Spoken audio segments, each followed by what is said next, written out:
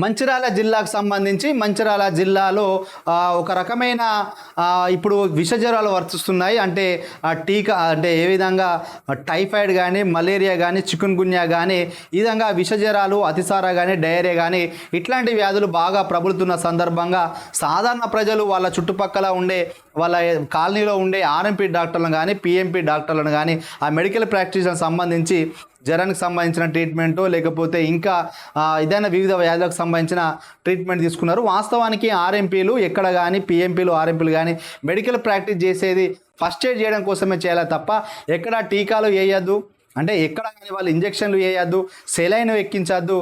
అదేవిధంగా మెడికల్ వాళ్ళ దాంట్లో పెట్టుకొని వాళ్ళే మెడికల్ షాప్ నడపద్దు. ఎవరైనా ల్యాబ్ టెక్నీషియన్ ఉన్న వాళ్ళు ఉంటే ల్యాబ్ పెట్టుకోవచ్చు, ఫార్మసీ సర్టిఫికేట్ వాళ్ళు ఉంటే మెడికల్ షాప్ పెట్టుకోవచ్చు. కానీ ఈ ఆర్ఎంపీలు మాత్రం అంటే వాళ్ళ అర్హతకు కంటే మించి వైద్యం చేస్తున్నారు. దానికి సంబంధించి శంకర్ దాదా ఎంబీబీఎస్లో అని చెప్పి విజయక్రాంతి పేపర్లో ప్రధానంగా వార్త ప్రచురించి విజయక్రాంతి స్పెషల్ ఫోకస్గా ఇక్కడ రాయడం జరిగింది. పట్టాలుండవు, పరిజ్ఞానం లేదు, అర్హతకు మించి వైద్యం చేస్తున్న ఆర్ఎంపీలు రోగుల ప్రాణాలు గాల్లో కలుపుతున్న వైనం. రోగుల ప్రాణాలు గాల్లో కలుపుతున్న వైనం. మంచిర్యాల జిల్లాలో ఒకే వారంలో 2 మృతి. జిల్లాలోని మండల కేంద్రంలో గ్రామీణ ప్రాంతాల్లో ప్రజలకు ఆర్ఎంపీలు పిఎంపీలే సింహభాగం వైద్య సేవలు అందిస్తున్నారు. అయితే ఎలాంటి పట్టాలు పరిజ్ఞానం లేకుండా స్థాయికి మించి వైద్యం చేస్తున్నారు. ఆర్థిక పరిస్థితులు రాస్తా అందుబాటులో సర్టిఫైడ్ వైద్యులు లేని కారణంగా గత్యంతరం లేక రిజిస్టర్డ్ మెడికల్ ప్రాక్టీషనర్లు ఆర్ఎంపీ పిఎంపీ ప్రైవేట్ మెడికల్ ప్రాక్టీషనర్లను ఆశ్రయిస్తున్నారు. రోగుల అవసరాలను అవకాశంగా తీసుకొని పలువురు అర్హత లేకుండా చికిత్స అందిస్తున్నారు. కొందరైతే ఏకంగా నర్సింగ్ హోమ్లు హాస్పిటళ్ళు నిర్వహిస్తూ వైద్యులుగా చెలామణి అవుతున్నారు. ఇష్టారాజ్యంగా హై డోసులు మందులు ఇస్తూ సెలైన్లు పెడుతూ ఇంజక్షన్లు చేస్తూ ప్రజల ప్రాణాలతో ఆటలాడుతున్నారు. జిల్లా వ్యాప్తంగా 863 మంది ఆర్ఎంపీ పిఎంపీలు వైద్యం అందిస్తున్నారట. సో మంచిర్యాల జిల్లాలో మొత్తంగా ఎంతమంది ఆర్ఎంపీలు పిఎంపీలు ఉన్నారు అంటే 863 మంది ఉన్నారు. అంటే ఎంబీబీఎస్ డాక్టర్ల కంటే వీళ్ళు 10-20 రెట్లు ఎక్కువ మందే ఉన్నారు. సో అర్హతకు మించి వైద్యం, కేవలం ప్రాథమిక వైద్యం మాత్రమే అందించాల్సిన కొందరు ఆర్ఎంపీలు పిఎంపీలు ఇష్టారీతిన వేరుస్తున్నారు. మెడికల్ షాపులతో పాటు ల్యాబులు నిర్వహిస్తూ బెడ్లను ఏర్పాటు కొన్ని సందర్భాల్లో చిన్న శస్త్రచికిత్సలు కూడా చేస్తున్నారంట. అలా రోగుల ప్రాణాల మీదకి తెస్తున్నారు. కొందరు మాత్రమే ప్రాథమిక చికిత్స చేసి మెరుగైన వైద్యం కోసం జిల్లా కేంద్ర ఆసుపత్రికి తరలిస్తున్నట్టుగా చెప్తున్నారు. ఇక్కడ ఇంకో వారంలో 2 మృతి. మొన్న దండపల్లికి సంబంధించిన 26 సంవత్సరాల యువకుడు బత్తుల మధుకరు, ఇది ఫైల్ ఫోటో, మొన్న గత 5 రోజుల క్రితం చనిపోవడం జరిగింది. గత 2 రోజుల క్రితం ఇక్కడ నస్పూర్కు సంబంధించిన చింతం శ్రీలత కూడా చనిపోవడం జరిగింది. నస్పూర్ మండలం నాగార్జున కాలనీకి చెందిన ఈమె కూడా చనిపోవడం జరిగింది. మొత్తానికైతే ఈ యొక్క ఆర్ఎంపీలు పిఎంపీలు ఇచ్చే ట్రీట్మెంట్ తోటి వీళ్ళు హై డోస్ ఉన్న ఇంజక్షన్ ఇస్తారు. ఇంజక్షన్ ఇస్తే బ్రెయిన్ డెడ్ అవుతుంది, బాడీ ఏది పనిచేయదు. ఈ ఇంజక్షన్లు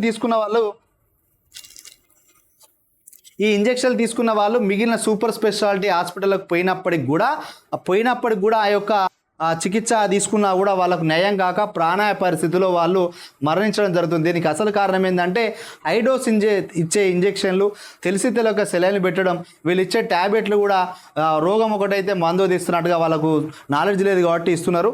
కొంతమంది ఇంకా శస్త్రచికిత్సలు కూడా చేస్తున్నారట, చిన్న ఆపరేషన్ చేస్తున్నారట.